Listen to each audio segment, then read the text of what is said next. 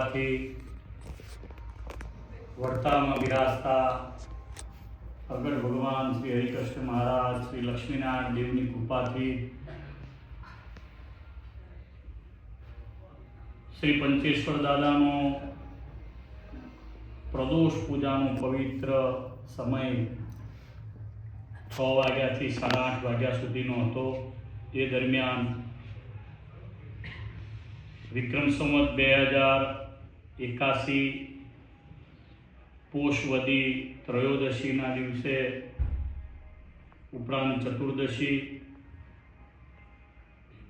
દિવ્ય અલૌકિક પાંડવો દ્વારા સ્થાપિત શ્રી પંચેશ્વર મહાદેવજી હાંડોદ એમનું 16 ઉપચારથી આપણે પૂજન કર્યું. સ્કંદ પુરાણમાં ભગવાન શિવની પૂજા પ્રદોષમાં કેમ કરવી એનો વિધિ બતાવ્યો છે. 16 ઉપચારથી કરેલો અર્ઘ્ય, પાદ્ય, અભિષેક વિવિધ ઉપચારોથી મહાદેવજીને ધ્રુત, સરસવનું તેલ, ખાંડ, ઘી, મધ, દહીં, દૂધથી અભિષેક કરી, કેસર જળથી અભિષેક કરી, ચંદનથી અભિષેક કરી અને આપણે આજે આપણા યજમાન નિખિલભાઈ પૂજ્ય ભાનુસ્વામી એમના મનોરથ અર્થે અને અત્રે ઉપસ્થિત સંખેડા વિસ્તારના ધારાસભ્ય અભયસિંહભાઈ તડવી, મહારાવલજી, અમારો જીતુ બાદલ, જીતુભાઈ વઘાસિયા, દર્શન, હર્ષલભાઈ, અમારા શિષ્ય પ્રિયાંકભાઈ, ધ્રુવ, ભૂદેવો, અમારા શિષ્યો ધર્મપ્રકાશ સ્વામી, પંકજ ભગત, કંચન ભગત, વેદાંત સ્વામી, જગત પ્રકાશ સ્વામી, ઓનલાઈન અમેરિકા જોઈ રહેલા અમારા શિષ્ય જગન્નાથ સ્વામી, જયપ્રકાશ સ્વામી, પતિત પાવન સ્વામી, પરેશ ભગત, ઘનશ્યામ ભગત, અમારા મંડળના સંતો પ્રેમ સ્વામિનારાયણ સ્વામી વગેરે અને ઉપસ્થિત પંચેશ્વર મહાદેવજીના મંદિરના અનન્ય સેવકો વિનોદભાઈ, શૈલેષ મહારાજ, અરવિંદ કાકા, આ બધા ભક્તો અને બહારથી આજે ખાસ આ પ્રદોષ પૂજાનો લાભ લેવા પધારેલા સૌ ભક્તો, એમના બધા સંકલ્પો મહાદેવ દાદા તમે પૂર્ણ કરવામાં કૃપા કરાવજો. પ્રદોષના સમયે કરેલી પૂજા દારિદ્ર્યને હરે છે.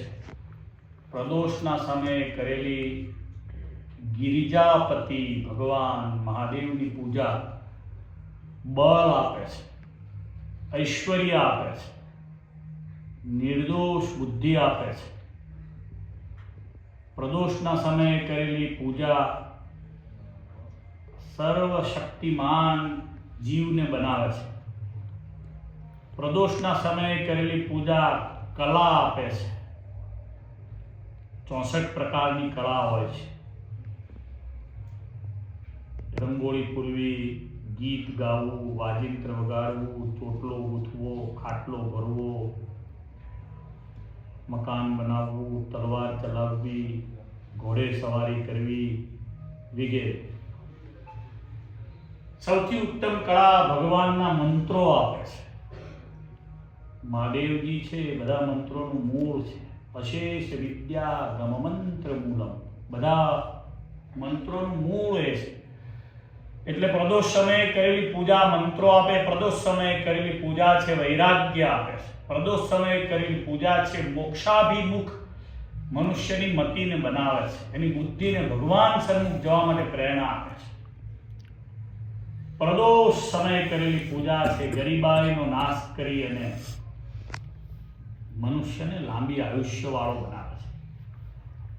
મનુષ્યનું શરીર વારે વારે નથી મળતું. મનુષ્યનું શરીર છે અનંત યોનિમાંથી ભટકીને આવેલો જીવ પરમેશ્વરને પ્રાર્થના કર્યા પછી માતાના ગર્ભમાંથી બહાર આવી અને પરમેશ્વરને ઓળખી શકે એવો બને છે. એ પરમેશ્વર જેના પર કૃપા કરે એનાથી થાય, બધાથી નથી થતું. અને એમાં સંસારના આધ્યાત્મિક ત્રય ત્રાપમાં બળતો જે જીવ છે, આધિ વ્યાધિ અને ઉપાધિમાં, એનાથી તો ભજન કેમ થાય? તમે બધાએ 2 કલાક અહીંયા મહાદેવ દાદાની બહુ દિવ્ય ભવ્ય પ્રાર્થના કરી અને પૂજા કરી. અમે મહાદેવજીને પ્રાર્થના કરીએ છીએ કે તમે કાશીમાં બિરાજો છો, કેદારમાં બિરાજો છો, સોમનાથમાં બિરાજો છો, ઓમકારમાં બિરાજો છો, મહાકાલમાં બિરાજો છો, ત્ર્યંબકમાં બિરાજો છો, ઘોષણેશ્વરમાં બિરાજો છો, તમે રામેશ્વરમમાં બિરાજો છો. એ જ મહાદેવ અત્યારે શ્રી પંચેશ્વરમાં, આ ધામમાં, અહીંયા સ્વયં નાભી બ્રહ્મશિલા ચતુર્મુખ બ્રહ્મા અષ્ટમુખ વિષ્ણુ ઉપર આ લિંગ સ્વરૂપે અહીંયા બિરાજે છે. બહુ દિવ્ય પાંડવોનો પધરાયેલું આ લિંગ અલૌકિક છે, ચમત્કારી છે, બધા સંકલ્પોને પૂર્ણ કરનારું છે. મનુષ્યના સંકલ્પો શું હોય? તો ધન ના હોય, સ્ત્રી ના હોય, જમીન ના હોય, પણ આ મહાદેવ તો બધું જ આપે. એના કરતા પરોપકાર આપે છે, એનાથી આગળ વૈરાગ્ય આપે છે, એનાથી આગળ ભગવાનની નિશ્ચલ ભક્તિ આપે છે, કપટ વિહીન ભક્તિ આ મહાદેવજી આપે છે. એવો મારો અનુભવ છે. હું ભગવાનને પ્રાર્થના કરું કે અહીંયા જે સંકલ્પથી આ બધા બેઠા છે, બધાના સંકલ્પો તમે પૂરા કરજો, બધાની પર કૃપા કરજો, બધાના દુઃખ અને દારિદ્ર્યને હરજો, બધાને સુખી બનાવજો. આ મહાદેવજીની સ્થિતિ 1 કરોડ કલ્પ સુધી છે. 1 કરોડ કલ્પ. આપણું આયુષ્ય 70, 80, 100, 50, 40, 30, 20, 10, 110, 120, 30, 35. અમારા એક સ્વામી છે, કાલ મને કહેતા તમારી કાશીની માન તો 140 વર્ષ રહેશે. એટલે 140 બહુ થઈ ગયા, એનાથી વિશેષ નથી. મહાદેવજી કળિયુગના 4,32,000 વર્ષ, એમાં બીજા 4,32 ઉમેરો, 8,64 દ્વાપરના, એમાં 4,32,000 ઉમેરો, એટલા વર્ષ ત્રેતાના, એમાં 4,32 ઉમેરો, એટલા વર્ષ સતયુગના. 4 યુગની 1 ચોકડી. એવા 71 ચતુર્યુગ જાય ત્યારે 1 મન્વંતર, 1 ઇન્દ્ર બદલાય. એવા 4 યુગોની 1000 ચોકડી જાય ત્યારે કલ્પ બદલાય.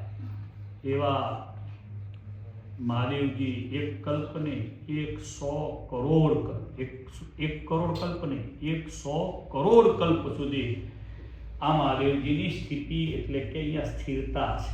આ બ્રહ્માંડ મહાદેવ સ્વરૂપ છે. આ તેજ, આ રૂપ, આ ગુણ, વ્યાન સમાન ઉદાન બધા પ્રાણો, જ્યોતિ, આ બ્રહ્માંડની ઉત્પત્તિ, સ્થિતિ અને લય, એને જોનારું નારાયણ અને શિવજીનું જે એકાત્મપણું છે, વેદમાં કહ્યું 100 કરોડ કલ્પ સુધી આ પૃથ્વી પર બિરાજમાન છે. એવું બ્રહ્મ વૈવર્ત પુરાણમાં ભગવાન વેદવ્યાસજીએ લખ્યું છે. અને વેદવ્યાસજી અત્યારે આ પૃથ્વી ઉપર વિચરે છે. માર્કંડેયજી, હનુમાનજી, નારદજી, અશ્વત્થામા, બલિ, વ્યાસ, આ બધા અત્યારે આ પૃથ્વી પર વિચરણ કરે છે.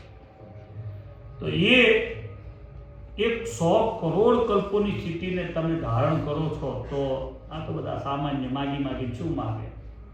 તો જમીન, પૈસા, બહુ થાય તો 2-4 એરક્રાફ્ટ માગે, પદ માગે, વિશેષ કંઈ માગતા નથી તમારી પાસે. તમે તો 100 કરોડ કલ્પો સુધી સ્થિતિ રાખવાની. તમે બધું જોયું છે. તમે કૈલાસાધિપતિ છો, જ્યાં કોઈ નથી ત્યાં તમે છો. એટલે હે મહાદેવ દાદા, પંચેશ્વર, તમે બધા એના ઉપર કૃપા કરો. તમારી આગળ બધા હાથ જોડે છે, પ્રાર્થના કરે છે. તમારી જેવી ભગવાન રામમાં, ભગવાન નારાયણમાં ભક્તિ છે એવી મને પણ મારા ઈષ્ટદેવ સ્વામિનારાયણ ભગવાનમાં એવી ભક્તિ આપો, એવી હું પણ પ્રાર્થના કરું છું. અંતે આ સ્થાન તમારું છે, આ જગ્યા તમારી છે. અમે તો આવી ગયા છીએ તમારી ઈચ્છાથી. તમે પૂજા કરાવો છો એટલે કરીએ છીએ. તમારી ઈચ્છા હશે ત્યાં સુધી કરીશું. એટલે અહીંયા આ સ્થાનમાં બધા બ્રાહ્મણો રહે, અહીંયા અખંડ. મારી ઈચ્છા છે તમને સામવેદના દરરોજ મંત્રો સંભળાવવા છે. કોઈ બ્રાહ્મણ એવો મળતો નથી સામવેદના મંત્રો સંભળાવે એવો, પૈસા આપવા છતાંય. તો એવા સામવેદના મંત્રોનો બ્રાહ્મણ આવે અહીંયા કાયમ તમને સામવેદ સંભળાવે. અહીંયા બ્રાહ્મણો રહે, અહીંયા છોકરાઓ રહે, અહીંયા 2000 વિદ્યાર્થીઓની સ્કૂલ થાય, છાત્રાલય થાય, અહીંયા સંતોનો નિવાસ અખંડ રહે. અહીંયા શ્રી હરિનું અમે મંદિર બનાવીએ છીએ. એ મંદિર પણ બહુ ભવ્ય દિવ્ય અલૌકિક મંદિર અહીંયા વહેલામાં વહેલું 2027 પહેલાં તૈયાર થાય.